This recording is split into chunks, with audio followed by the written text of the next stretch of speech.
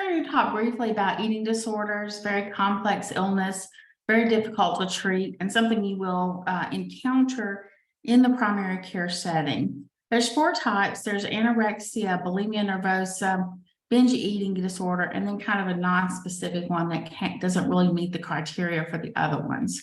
Most people with any of these disorders have some other somatic complaints they may present with as well.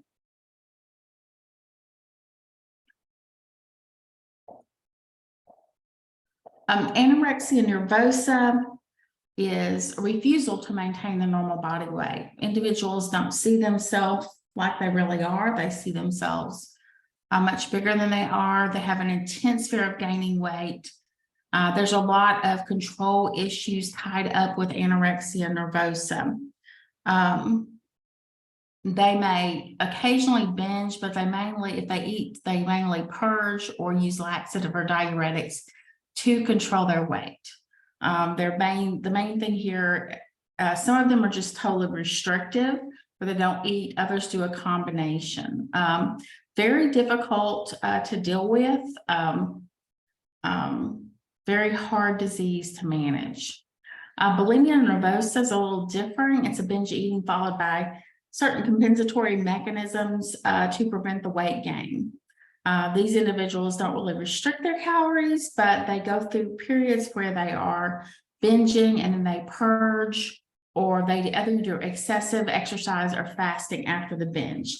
These individuals typically maintain their weight because it's kind of a pattern. Again, eating disorders that are non-specific, they have some or all the criteria of other disorders, but don't quite meet them. Binge eating disorder is binge eating with no compensatory mechanism. So people they binge eat, but they don't have the compensatory mechanisms of purging or excessive exercise or fasting after a binge. They do lack complete control during these binge episodes. The lifetime occurrence of these are fairly small, though binge eating disorder has a higher incidence. Eating disorders altogether are 3 times more common in women, and usually the usual onset is in late adolescence and early adulthood.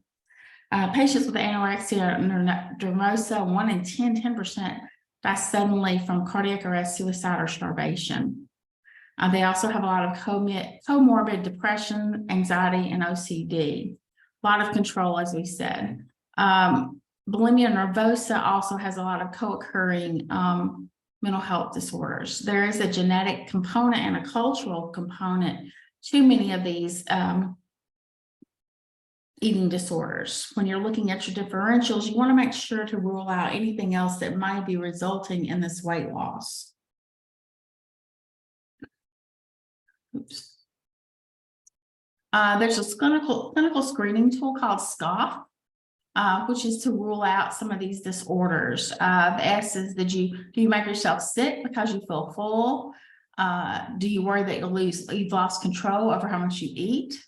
Have you recently lost more than 1 stone, which is 14 pounds in a 3-month period? Oops. Do you believe yourself to be fat when others say you're thin? Would you say that food dominates your life? And I think this is something that, we're really fine with these eating disorders, particularly anorexia and bulimia. Food is a big deal. Even though anorexics don't want to eat much, they do seem to want to cook, to fix things for others. I'm very preoccupied with food.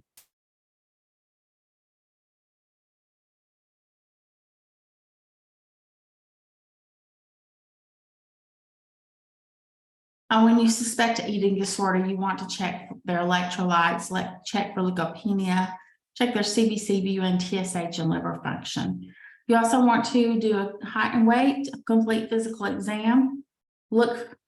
Identify what their ideal weight is, what their highest and lowest weight has been, assess them for dehydration, a history of dieting. Do they have enlarged parotid glands, which might indicate that they're purging? Do they have dental erosion, which also might indicate purging? Whenever you're having a severe eating disorder like anorexia, you want to determine their level of care. If they're suicidal or their weight falls to less than 85% of a healthy body weight, if they're physiologically unstable or they don't respond to outpatient treatment, then hospitalization should be considered. In the inpatient setting, they do slowly increase their calories in a stepwise approach. They do usually have supervised meals and try to establish a mutually agreed upon target weight. They weigh daily until they gain some weight, then they begin to weigh just 2 to 3 times a week. The inpatient goal for weight gain is about 1 to 2 pounds per week. People with bulimia nervosa also often require supervised meals and some supervision in the bathroom as well. On the outpatient setting, usually you have them to come in weekly to weigh. Cognitive behavioral and family therapy are recommended. Fluoxetine has been approved for the treatment of bulimia, and in addition, Vyvanse, which is an ADHD medication, is approved for binge eating disorder as well. And remember, there's a lot of co-occurring other mental health conditions that occur with it. So you may need to be treating depression, anxiety, and other things with it. All right.